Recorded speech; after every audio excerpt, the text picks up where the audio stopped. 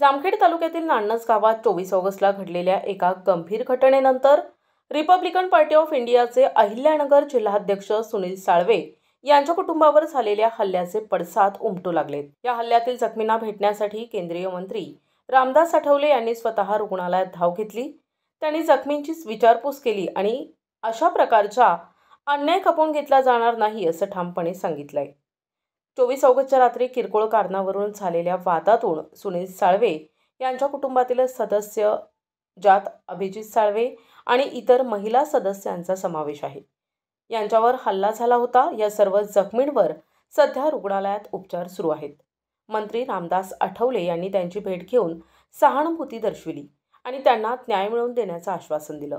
असा अन्याय खपवून घेतला जाणार नाही, उलट त्याला सडेतोड उत्तर दिले जाईल असे स्पष्ट करत आठवले यांनी या संपूर्ण प्रकरणाची वरिष्ठ पातळीवरून चौकशी करणार असल्याचं सांगितलंय। या हल्ल्याप्रकरणी जामखेड पोलीस ठाण्यात गंभीर गुन्ह्याची नोंद करण्यात आली असून एकूण 14 जणांविरुद्ध गुन्हा दाखल करण्यात आलाय। या घटनेचा निषेध म्हणून 24 ऑगस्टला नान्नज गावात कडकडीत बंद पाळण्यात आला होता। सध्या संपूर्ण गावात तणावपूर्ण शांतता असून पुढील तपास सुरू आहे। प्रतिनिधी नंदू परदेशी, NTV न्यूज मराठी, अहिल्यानगर।